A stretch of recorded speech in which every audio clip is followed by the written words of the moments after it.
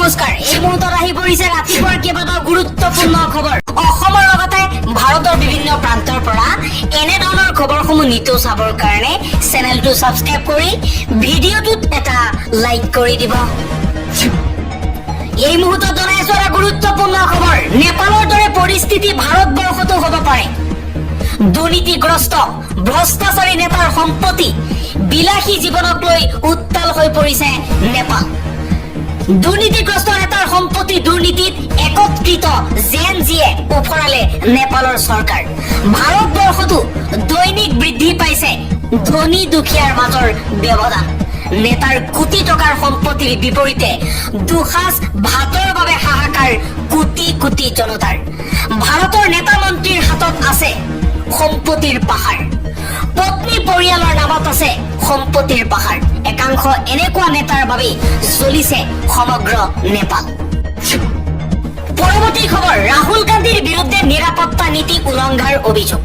যোৱা 9 মাহত অৱগত নকৰাকৈ ছবাৰকৈ বিদেশ ভ্ৰমণ কৰিছে লোকসভাৰ বিৰোধী দলপতি ৰাহুল গান্ধীয়ে। কংগ্ৰেছৰ ৰাষ্ট্ৰীয় অধ্যক্ষ মল্লিকাৰ্জুন খাৰ্গেলৈ পত্ৰ প্ৰেৰণ কৰিছে CRPF-এ। ৰাহুল গান্ধীলৈও পৃথকে পত্ৰ দিছে CRPF-এ। কংগ্ৰেছ নেতাগৰাকীক দিয়া হৈছে Z+ নিৰাপত্তা। আন এটা খবৰ গোলকগঞ্জৰ বিধায়কক জবাবদিহি কৰিলে আক্ৰাসু নেতাই। কোচ ৰাজবংশী জনগোষ্ঠীৰ দাবীৰ বিৰোধিতা কৰি আক্ৰাসু নেতাৰ ৰোষত পৰিল বিধায়ক আব্দুছ সুবাহান আলী চৰকাৰ। পৃথক ৰাজ্যৰ দাবী আৰু জনজাতিকৰণৰ বিৰোধিতা কৰাৰ অভিযোগ বিধায়কৰ বিৰুদ্ধে। কংগ্ৰেছৰ এইগৰাকী বিধায়কৰ ভাষণ ৰখাই জবাবদিহি কৰিলে আক্ৰাসু নেতাই। পৰৱৰ্তী খবৰ ভাৰতৰ বাবে অশনি সংকেত। 2022 চনত শ্ৰীলংকা, 2024 চনত বাংলাদেশ, 2025 আগষ্টত ইণ্ডোনেছিয়া আৰু 2025 ছেপ্টেম্বৰত নেপাল। যুৱ শক্তিৰ বিদ্ৰোহত কঁপিছে সমগ্ৰ বিশ্ব।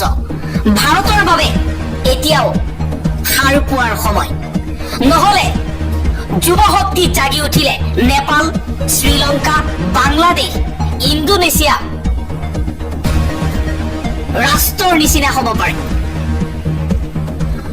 যুৱ শক্তিৰ আন্দোলনক সেও মানি বহুকেইখন ৰাষ্ট্ৰৰ নেতাই পদত্যাগ কৰি দেশ এৰি পলাবলৈ বাধ্য হৈছে।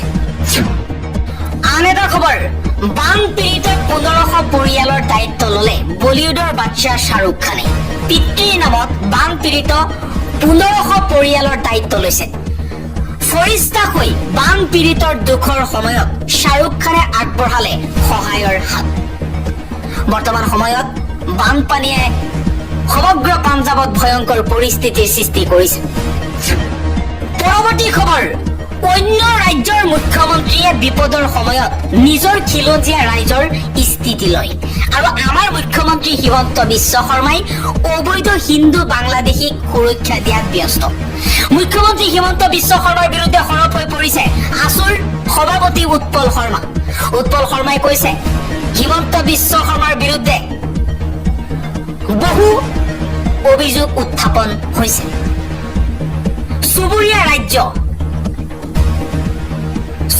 ৰাজ্যৰ মুখ্যমন্ত্ৰী কনৰাড চাংমাৰ পৰা শিক্ষা লবলৈ মুখ্যমন্ত্ৰী হিমন্ত বিশ্ব শৰ্মাক আহ্বান জনাইছে উৎপল শৰ্মাই। আন এটা খবৰ ভাৰতৰ বাবে গাদী হেৰুৱালে নেপালৰ প্ৰধানমন্ত্ৰী, ৰাষ্ট্ৰপতি, গৃহমন্ত্ৰীয়ে। ভাৰতৰ ওপৰত ডাঙৰ অভিযোগ উত্থাপন কৰিছে। অযোধ্যাক ৰাম জন্মভূমি হিচাপে মানি নোলোৱাৰ বাবেই মই আজি মোৰ শাসন হেৰুৱাবলগীয়া হ'ল। ভাৰতৰ সন্মুখত মূৰ দুৱাই থকা হলে অনাগত বহু বছৰলৈ মই শাসনত থাকিব পাৰিলোহেঁতেন। নেপালৰ অচলা অৱস্থা আৰু নিজ গাদী হেৰুৱাৰ বাবে ভাৰতক দোষাৰোপ নেপালৰ সদ্য পদচ্যুত প্ৰধানমন্ত্ৰী KP শৰ্মা অলিৰ। পৰৱৰ্তী খবৰ মুখ্যমন্ত্ৰী হিমন্ত বিশ্ব শৰ্মাৰ আচৰণ অপপ্ৰচাৰ সাধাৰণ নাগৰিকে সহজভাৱে লোৱা অনুচিত। এতিয়া মুখ্যমন্ত্ৰী হিমন্ত বিশ্ব শৰ্মাই পদত্যাগ কৰিবনে? গৌৰৱ গগৈৰ ঘনীয়েক এলিজাবেথ এসময়ত আন্তঃৰাষ্ট্ৰীয় বেচৰকাৰী সংস্থা এটাৰহে পাকিস্তানত কিছুদিন চাকৰি কৰিছিল। তাৰ বাবে গৌৰৱ গগৈক পাকিস্তানী এজেণ্ট বুলি কৈ অসমৰ মুখ্যমন্ত্ৰী হিমন্ত বিশ্ব শৰ্মাই ফেব্ৰুৱাৰী মাহত এটা ডাঙৰ হুলস্থুল লগাইছিল। সকলোৱে কৈছিল গৌৰৱ গগৈ যদি পাকিস্তানৰ এজেণ্ট সেইটো গাই বাই থকাতকৈ তেওঁৰ বিৰুদ্ধে তোমালোকে ব্যৱস্থা নোলোৱা কিয়? আন এটা খবৰ, সোনিয়া গান্ধীক লৈ নতুন বিতৰ্ক আৰম্ভ হৈছে। ভাৰতীয় নাগৰিক হোৱাৰ পূৰ্বে ভোটাৰ তালিকাত নাম আছিল সোনিয়া গান্ধীৰ। সোনিয়া গান্ধীৰ বিৰুদ্ধে গোচৰ খাৰিজ কৰিলে আদালতে। ৰাহুল গান্ধীয়ে ভোটাৰ তালিকাত জালিয়াতিক লৈ সৰব হৈ থকাৰ সময়তে বিজেপিয়ে সোনিয়া গান্ধীৰ ভোটাৰ পৰিচয় পত্ৰক লৈ প্ৰত্যাক্ৰমণত নামি পৰে। গেৰুৱা শিবিৰে অভিযোগ উত্থাপন কৰিছিল যে ভাৰতীয় নাগৰিক হোৱাৰ পূৰ্বে সোনিয়া গান্ধীৰ নাম ভাৰতৰ ভোটাৰ তালিকাত অন্তৰ্ভুক্ত হৈছিল। অৱশ্যে এই সন্দৰ্ভত আদালতে গোচৰ খাৰিজ কৰি দিলে। নিৰ্বাচনী আইন উলংঘা কৰাৰ অভিযোগত সোনিয়া গান্ধীৰ বিৰুদ্ধে FIR দাখিলৰ অনুমতি বিচাৰি আদালতৰ কাষ চাপিছিল এজন ব্যক্তিয়ে। বিহাৰত ভোটাৰ তালিকাৰ ব্যাপক সংশোধনক লৈ ৰাজনৈতিক উত্তেজনা যেতিয়া তুংগত উঠিছে আৰু গুৰুতৰ অনিয়ম পোহৰলৈ আহিছে, তেতিয়া বিজেপিয়ে সোনিয়া গান্ধীৰ বিৰুদ্ধে গোচৰ তৰিছে। দলটোৰ IT চেলৰ মুৰব্বী অমিত মালব্যাই ছচিয়েল মিডিয়াত প্ৰকাশ কৰে এক নথি। অমিতে দাবী কৰিছিল যে 1980 চনত ইন্দিৰা গান্ধী, ৰাজীৱ গান্ধী, সঞ্জয় গান্ধী আৰু মানেকা গান্ধীৰ সৈতে সোনিয়াৰ নামো ভোটাৰ তালিকাত আছিল। ছচিয়েল মিডিয়াত অমিতে লিখিছে যে 1980 চনত প্ৰথমবাৰৰ বাবে ভোটাৰ তালিকাত তেওঁৰ সোনিয়াৰ নাম আহিছিল ভাৰতীয় নাগৰিকত্ব লোৱাৰ 3 বছৰ আগতে। তেতিয়াও তেওঁ ইটালীৰ নাগৰিক আছিল। অমিতে দাবী কৰে যে সমালোচনাৰ বাবে সেই সময়ত সোনিয়াৰ নাম আঁতৰাই দিয়া হৈছিল, যদিও 1983 চনত পুনৰ নাম আহে। 1983 চনৰ 1 জানুৱাৰীত ভাৰতৰ ভোটাৰ তালিকাত সোনিয়াৰ নাম আছিল, যদিও সেই বছৰৰ 30 এপ্ৰিলত সোনিয়াই ভাৰতীয় নাগৰিকত্ব গ্ৰহণ কৰিছিল। মালব্যই ৰাজীৱৰ সৈতে বিবাহৰ 15 বছৰ পিছত কিয় ভাৰতীয় নাগৰিকত্ব ললে সেই প্ৰশ্নও উত্থাপন কৰে। ইয়াৰ পিছতে আদালতত সোনিয়া গান্ধীৰ বিৰুদ্ধে FIR দাখিল কৰিবলৈ আবেদন দাখিল কৰা হয় আৰু আজি সেইটো খাৰিজ কৰা হৈছে। আনকি সোনিয়া গান্ধীক প্ৰতিনিধিত্ব কৰিবলৈ আদালতত কোনো অধিবক্তা উপস্থিত নাছিল। পৰৱৰ্তী খবৰ, বৃদ্ধ অসহায়জনৰ পেঞ্চন মাত্ৰ 300 টকা। লাখৰো অধিক দৰমহা পোৱা বিধায়কক লাগে আৰু বেছি দৰমহা। একাংশই উচিত মজুৰি, দৰমহা, পেঞ্চন আদিৰ বাবে প্ৰতিবাদ কৰিছে। আৰক্ষীৰ বেত্ৰাঘাতৰ সন্মুখীন হৈছে। আনফালে কোটিপতি মন্ত্ৰী বিধায়কে বিনা প্ৰতিবাদে লাখে লাখে দৰমহা আদায় কৰিছে। ভাৰতবৰ্ষত অসমত চলিছে কি? দুখীয়া মানুহৰ প্ৰতিবাদৰ একো মূল্য নাই নেকি? সঁচাই বিস্ময়কৰ দেশ ভাৰত। এফালে যদি দেশৰ একাংশ জনতাই উচিত মজুৰি, দৰমহা, পেঞ্চন আদিৰ বাবে প্ৰতিবাদ কৰিছে, প্ৰতিবাদ কৰিবলৈ গৈও লাঠিৰ কোব খাবলগীয়া হৈছে। প্ৰাপ্য আদায়ৰ বাবে প্ৰতিবাদ কৰি আৰক্ষীৰ বেত্ৰাঘাতৰ সন্মুখীন হৈছে। কিন্তু আনফালে কোটিপতি মন্ত্ৰী বিধায়কে বিনা প্ৰতিবাদে লাখ লাখ টকাৰ দৰমহা, পেঞ্চন আদায় কৰি থকাই নহয়, সময়ে সময়ে নিজ ইচ্ছা মতেই বৃদ্ধি কৰি আহিছে। এটা বিগ ব্ৰেকিং নিউজ জ্বলিছে ধুবুৰী। 24 ঘণ্টাৰ ভিতৰত ধুবুৰী SSP লীনা দলে পদত্যাগ নকৰিলে ধাৰাবাহিক প্ৰতিবাদৰ হুংকাৰ আক্ৰাসুৰ। ইতিমধ্যেই ধুবুৰী জিলা বন্ধ ঘোষণা কৰিছে প্ৰতিবাদকাৰী ৰাইজে। যোৱা নিশা ধুবুৰীত ভয়ংকৰ ঘটনা সংঘটিত হৈছিল। প্ৰতিবাদকাৰী খিলঞ্জীয়া লোকক আক্ৰমণ কৰিছিল ধুবুৰী আৰক্ষীয়ে। লীনা দলে পদত্যাগ নকৰা পৰ্যন্ত ধাৰাবাহিক প্ৰতিবাদৰ হুংকাৰ। SSP লীনা দলেৰ বিৰুদ্ধে গঢ় দিছে আক্ৰাসু। লীনা দলেক নিলম্বন নকৰা পৰ্যন্ত প্ৰতিবাদৰ হুংকাৰ। তদন্তৰ আওতালৈ আহিব SSP লীনা দলে। ইতিমধ্যেই লীনা দলেৰ বিৰুদ্ধে তদন্তৰ ঘোষণা কৰিছে ৰাজ্য চৰকাৰে। মহা বিপদত পৰিব লীনা দলে। লীনা দলেৰ বিৰুদ্ধে প্ৰতিবাদ আৰু ধুবুৰীত আজিৰ দিনটোতো অব্যাহত আছে তীব্ৰ প্ৰতিবাদ খিলঞ্জীয়া লোকে প্ৰতিবাদ কৰিছিল আৰু সেই প্ৰতিবাদী কাৰ্যসূচীৰ মাজতেই খিলঞ্জীয়া লোকক আক্ৰমণ কৰিছিল ধুবুৰী আৰক্ষীয়ে আৰু তাৰ পিছতেই আজিৰ দিনটোত 12 ঘণ্টাৰ বাবে ধুবুৰী বন্ধ ঘোষণা কৰিছে আক্ৰাসুৰ ফালৰ পৰা আক্ৰাসুৰ প্ৰতিবাদত মুঠতে স্তব্ধ হৈ পৰিছে ধুবুৰী জিলা ৰাজপথত নামিল ব্লেক কমাণ্ডো পুনৰবাৰ অশান্ত হৈ পৰিছে ধুবুৰী জিলাত 6 জনগোষ্ঠীৰ জনজাতিকৰণৰ দাবীৰে যোৱা নিশা তীব্ৰ প্ৰতিবাদ সাব্যস্ত কৰিছিল আৰু সেই প্ৰতিবাদ চলি থকাৰ মাজতে আৰক্ষীয়ে বৰ্বৰ আক্ৰমণ কৰিছিল প্ৰতিবাদকাৰী খিলঞ্জীয়া ৰাজ্যৰ ওপৰত যাৰ বাবে আজিৰ দিনটোত 12 ঘণ্টাৰ বাবে ধুবুৰী স্তব্ধ কৰি দিছে আক্ৰাসুৱে খিলঞ্জীয়া কোচ ৰাজবংশীক প্ৰসাৰ কৰা গোলকগঞ্জ থানাৰ অচিক নিলম্বন গৌৰীপুৰ থানাৰ অচিকু ৰিজাৰ্ভ ক্লোজ আৰু ইতিমধ্যেই লোৱা হৈছে ব্যৱস্থা মন্ত্ৰী জয়ন্ত মল্ল বৰুৱা উপস্থিত হৈ এই কঠোৰ ব্যৱস্থা গ্ৰহণ কৰিছে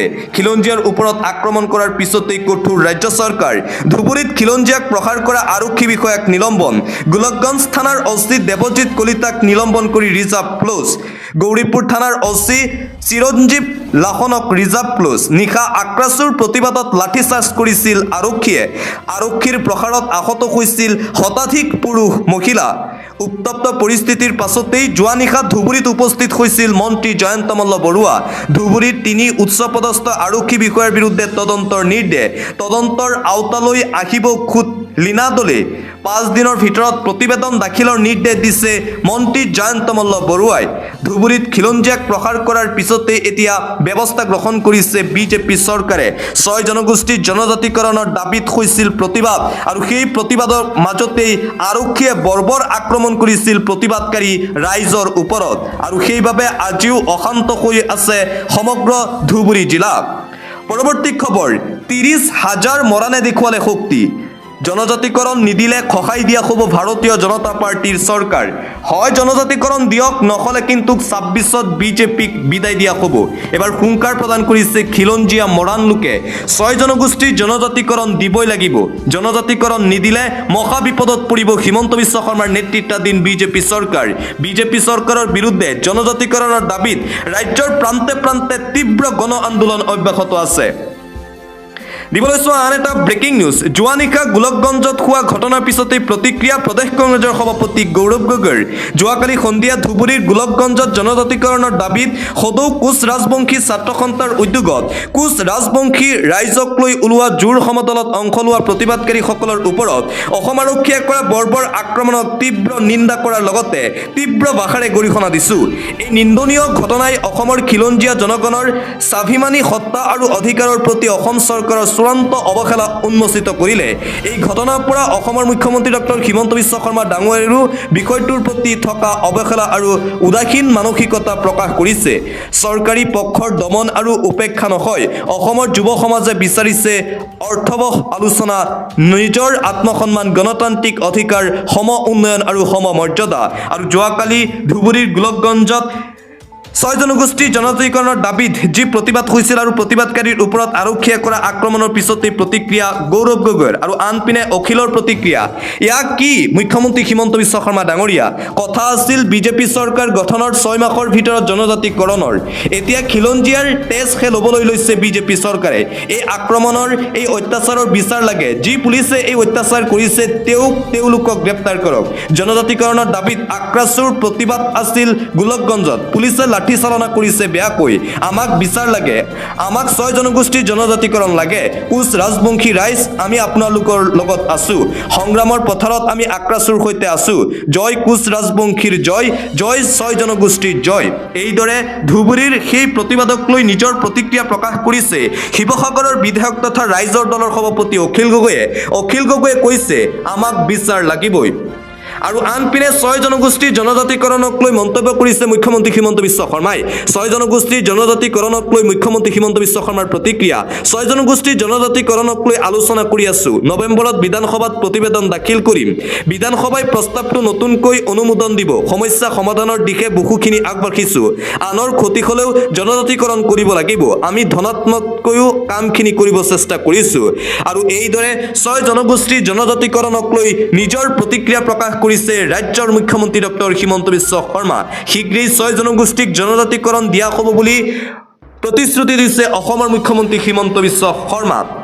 দিবলৈ চোৱা আন এটা গুৰুত্বপূৰ্ণ খবৰ, কংগ্ৰেছত এতিয়া পাকিস্তানী আৰু বাংলাদেশী মানুহে যোগদান কৰে, ভাৰতীয় মানুহে যোগদান নকৰে। কংগ্ৰেছত এতিয়া বিহু নাচৰ পৰিৱেশ নাই। কংগ্ৰেছৰ নেতা কৰ্মীয়ে পাকিস্তানী আৰু বাংলাদেশী নাচ নাচিব লাগে।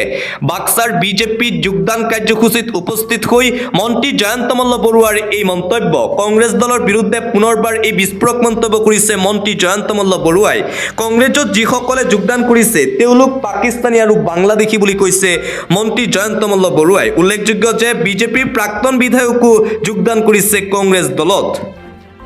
দিবলৈ চোৱা অন্য এটা খবৰ, অসমৰ ৰাজহ গাঁৱত নগাৰ জৰীপ, অসম নাগালেণ্ড সীমান্তত পুনৰ আতংক নগাৰ। এবাৰ অসমৰ ৰাজহ গাঁৱত নগাই চলালে জৰীপ, পুনৰবাৰ নগাৰ উৎপাত বৃদ্ধি পাইছে, পুনৰ আতংক অসম নাগালেণ্ড সীমান্তৱৰ্তী অঞ্চল।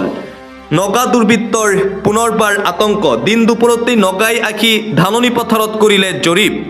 পথাৰ, চাহ বাগান, ঘৰ সকলোৰে ফটো তুলি লৈ গ'ল নগাই।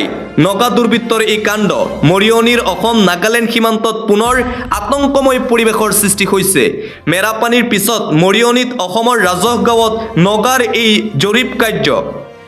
সেউজী গাঁৱলৈ দিনতেই আহি নগাই জৰীপ কৰিলে ধাননি পথাৰ আৰু তাৰ পিছত এতিয়া আতংকময় পৰিৱেশ। ফটো তুলি নিয়াৰ পিছত 8জনীয়া নগা আৰক্ষীয়ে পুনৰ প্ৰৱেশ কৰিলে গাঁৱত। কাৰ সাহসত নাগালেণ্ড প্ৰশাসনে অসমৰ গাঁৱত জৰীপ চলালে তাক লৈ এতিয়া আতংক। গাঁওবুঢ়াৰ নেতৃত্বত সেউজী গাঁৱৰ ৰাইজে অনুষ্ঠিত কৰিলে বৃহৎ ৰাজহুৱা সভা। নিজেই নিজৰ নিৰাপত্তাৰ ব্যৱস্থা গ্ৰহণ কৰাৰ সিদ্ধান্ত ল'লে ৰাইজমেলত। দিবলৈ চোৱা আন এটা অতিকৈ গুৰুত্বপূৰ্ণ খবৰ, বিজেপিৰ বিৰুদ্ধে পুনৰবাৰ বঙালী হিন্দুৰ তীব্ৰ প্ৰতিবাদী কাৰ্যসূচী দেখিবলৈ পোৱা গৈছে। এইবাৰ বিজেপি চৰকাৰৰ বিৰুদ্ধে গৰজি উঠিল হিন্দু বাঙালী যুৱ ছাত্ৰ পৰিষদ। ডি ভোটাৰ প্ৰত্যাহাৰ, নাগৰিকত্ব প্ৰদান, কাক লৈ হিন্দু বাঙালীৰ হুংকাৰ। হিন্দু বাঙালীৰ ওপৰত চৰকাৰৰ ষড়যন্ত্ৰৰ অভিযোগেৰে গৰজি উঠিল হিন্দু বাঙালী। এই চৰকাৰক হিন্দু বাঙালীয়ে ভোট নিদিলে কোনো কাৰণতেই নিৰ্বাচনত জয়ী নহয়।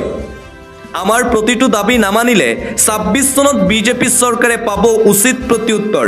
বিজেপি চৰকাৰৰ বিৰুদ্ধে নিশা নগাঁৱৰ আমবাগানত উত্তাল প্ৰতিবাদী কাৰ্যসূচী দেখিবলৈ পোৱা গৈছে। কেইবাটাও দাবীৰে নগাঁও জিলা বাঙালী যুৱ ছাত্ৰ ফেডাৰেশ্যনৰ বৃহৎ জোৰ সমদল। অতি শীঘ্ৰে নাগৰিকত্ব প্ৰদান কৰক আৰু ডি ভোটাৰ বাতিল কৰক বিজেপি চৰকাৰে। বাঙালী যুৱ ছাত্ৰ ফেডাৰেশ্যনৰ লগতে শ শ বাঙালী সম্প্ৰদায়ৰ লোকৰ অংশগ্ৰহণ সমদলত।